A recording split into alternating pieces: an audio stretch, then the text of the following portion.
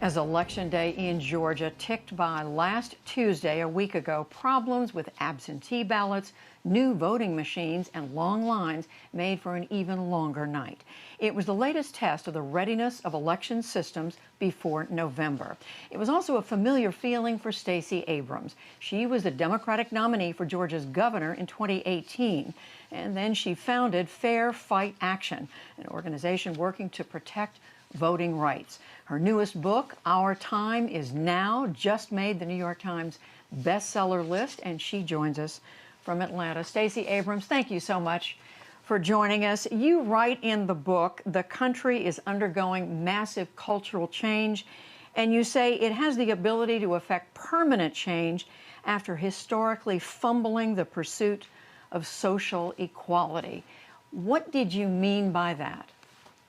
Well, at the time I wrote it in 2019, I was speaking to the massive upheaval that we've seen, not only in the rights of voters to access the democracy we've been guaranteed, but the challenges we were facing on environmental issues, reproductive choice, healthcare.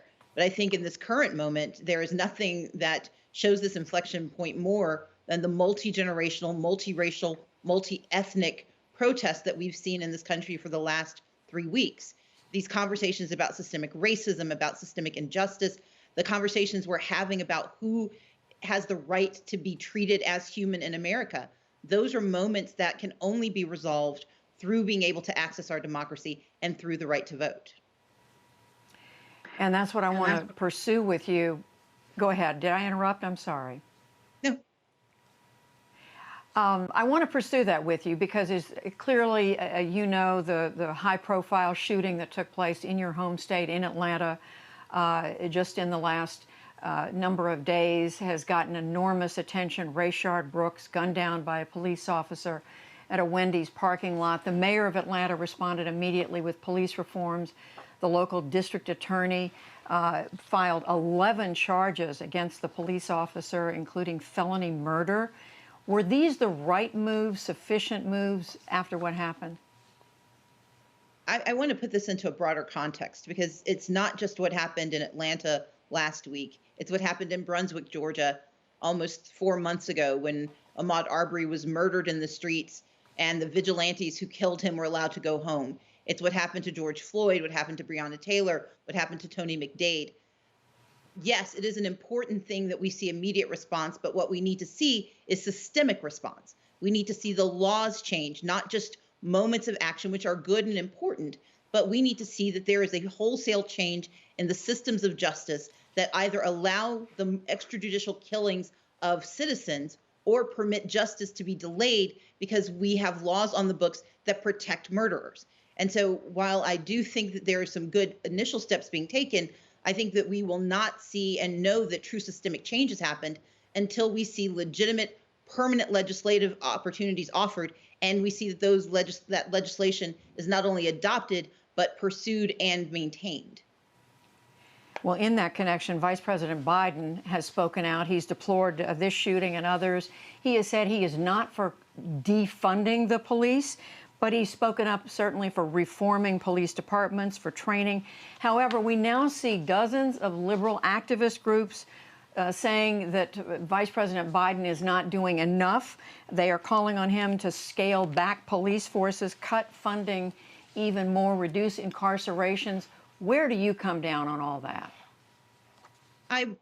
First and foremost, as someone who is an activist myself, I understand the power of a rallying cry. But I also recognize that the responsibility of policymakers is to take the vision that's being espoused, the anguish that is being expressed, and turn it into real policies that can not only be implemented, but sustained. I think what we have to approach this with is reformation and transformation. Reformation in terms of fixing the behaviors and practices that actually govern how law enforcement operates. That means eliminating qualified immunity. It means banning chokeholds and other forms of murder. It means making sure that the use of lethal force is done with respect and that we have humanization of those who face these charges. It's also about addressing the issues of no-knock warrants and of citizens' arrest. And on the transformation, what people are talking about is redistributive allocation of dollars so that we are not simply investing in public safety, but we're building a safer public through education, through healthcare, through food security, through affordable housing, and that we not see these things as being in conflict, but they have to be part of a holistic vision of what America should look like, what law enforcement and what society should look like in the 21st century. Well, let me just quickly follow up on that, because these groups wrote him a letter this week, wrote Vice President Biden and said, as a senator, you not only supported, but in many cases authored and championed laws that expanded mass incarceration, increased police powers, exacerbated racial disparities in sentencing and surveillance. Are they right? And if they are, how does this reconcile with what Joe Biden is saying today? What I hope those activists are seeing, what I believe Joe Biden has expressed in his very thoughtful and intentional response over the last month, is that mistakes were made based on bad information, bad decision making, that there were poor decisions made by a number of people across the country, and it came to a head in 1994.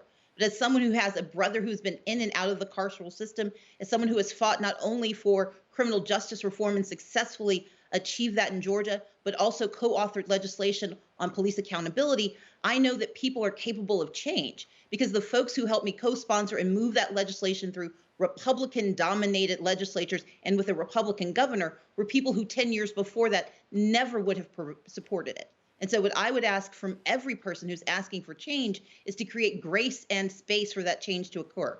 Look at what Joe Biden is saying today. Look at the ways he is trying to meet us in this moment and give him the benefit of the doubt, because the contrast and the real choice that we have is a man who currently occupies the White House, whose tepid response was the creation of a database, as opposed to any meaningful attempt to actually meet this moment and understand that Black lives do indeed matter.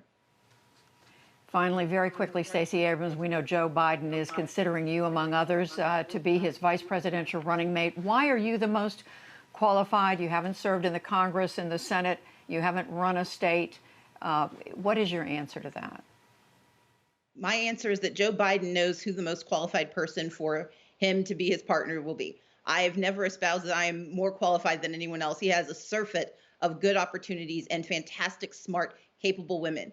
I simply have said that when asked if I am in that number, I would say yes. I have legislative experience. I have deep legislative experience and success on a number of these issues: criminal justice reform, environmental issues, reproductive health, healthcare, economics. But I also am a small business owner who understands the economy that we have to reform and recover. I'm someone who has worked in foreign policy, and I understand the moment that we're in, because I was once an activist who pushed for change, and I used that to propel me to help deliver that change once I was in office. And I think as he looks to select a partner, I think he has no shortage of good choices, and I'm proud to be among the names that he's considering. Stacey Abrams joining us tonight from Atlanta. We thank you very much. Thank you so much, Ms. Woodruff.